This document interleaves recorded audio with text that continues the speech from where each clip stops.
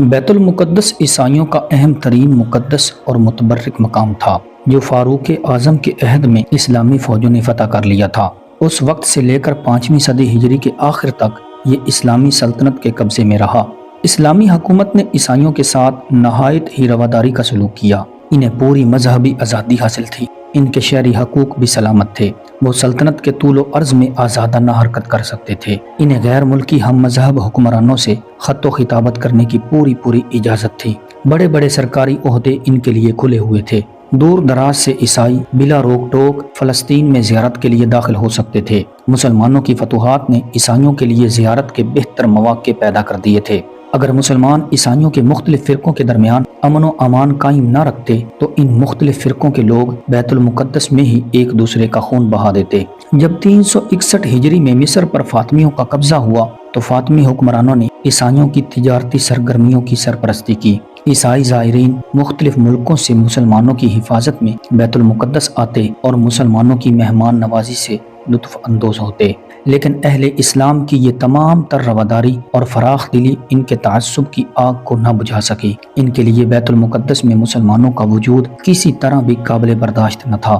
چنانچہ یورپ کی متعددہ عیسائی طاقتوں نے بیت المقدس پر قبضہ کرنے کے لیے اپنا پورا زور صرف کر دیا۔ یسوع مسیح کے دین اور صلیب مقدس کی حفاظت کے نام پر یورپ کے ان وحشی اور غیر مہذب دیوانوں نے جس سفاکی اور بربریت کا مظاہرہ کیا، نصرانیت کی تاریخ میں اسے مقدس لڑائیوں کے نام سے پکارا جاتا ہے۔ عیسائیوں اور مسلمانوں کی یہ المناک کشمکش جو تقریباً 2 صدی تک جاری رہی، تاریخ میں صلیبی جنگوں کے نام سے مشہور ہے۔ ان صلیبی جنگوں کے اسباب کیا تھے؟ ان میں پہلا سبب مذہبی تعصب تھا۔ مسلمانوں نے اپنی عیسائی رعایا سے گو رواداری کا سلوک کیا، لیکن ان کے لیے اور دیگر ملکوں کے عیسائیوں کے لیے یہ بات برداشت سے باہر تھی کہ ان کے مرکزی مقدس مقام پر مسلمانوں کا قبضہ ہو۔ صلیبی جنگوں کا ایک سبب سیاسی رقابت بھی تھا۔ اسلام کی طاقت جزیرہ عرب سے ایک بے پناہ سیلاب کی طرح بڑھی جس نے افریقہ، ایشیا اور یورپ کے جنوبی حصہ کو بھی اپنی لپیٹ میں لے لیا۔ نہ رومی طاقت اس کا مقابلہ کر سکی اور نہ ہی کوئی اور عیسائی قوت۔ عیسائی حکمرانوں کے پاس اپنی سیاسی شکست کا بدلہ لینے کا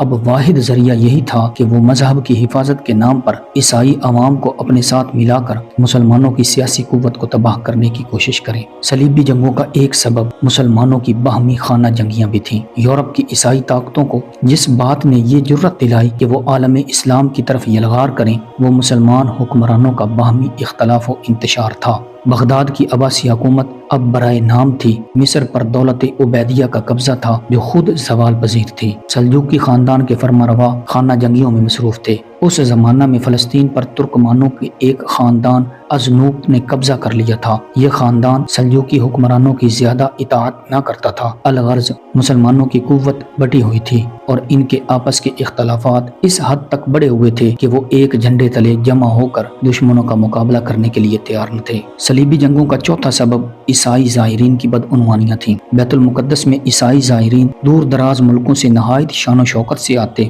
جن پر زائرین ہونے کی بنسبت فوجی دستے ہونے کا زیادہ گمان ہوتا تھا۔ وہ باجے بجاتے ہوئے اور مشعلیں روشن کرتے ہوئے بیت المقدس میں داخل ہوتے تھے اور ساتھ ہی ان کے طور اطوار بھی قابل اعتراض ہونے لگے۔ اس پر فلسطین کے حکمران ترکمانوں نے جو عربوں کی طرح متحمل نہ تھے، انہیں روکا اور اصرار کیا کہ بلا اجازت اسلامی حکومت میں زیارت کے لیے نہ آئیں، لیکن زائرین نے اس تنبیہ کی کوئی پرواہ نہ کی۔ اس بنا پر ترکمانوں نے ان پر کبھی کبھی زیادتیاں بھی کی اور ان کے قافلے بھی لوٹے۔ صلیبی جنگوں کا پانچواں سبب تھا پادریوں کا پروپیگنڈا۔ ان لوٹ مار کی داستانوں کو پادریوں اور راہبوں نے خوب پھیلایا۔ چنانچہ ایک متعصب راہب پیٹر نامی نے مبالغہ آمیزی سے کام لے کر یورپی عیسائیوں میں آگ لگا دی۔ پہلے وہ پوپ کے پاس جا کر رویا پیٹا، پھر اس کی اجازت لے کر وہ اطالیہ اور فرانس گیا اور جگہ جگہ مقامات مقدسہ کو آزاد کرانے کی دعوت اس انداز میں پیش کی کہ عوام میں جوش و خروش جنون کی حد تک پہنچ گیا۔ ان حالات میں نومبر 1094 عیسوی میں روم کے پوپ اربن دوم نے اعلان کیا کہ ان کافروں سے جہاد کرو جو حضرت مسیح کی خانقاہ پر قابض ہو گئے ہیں۔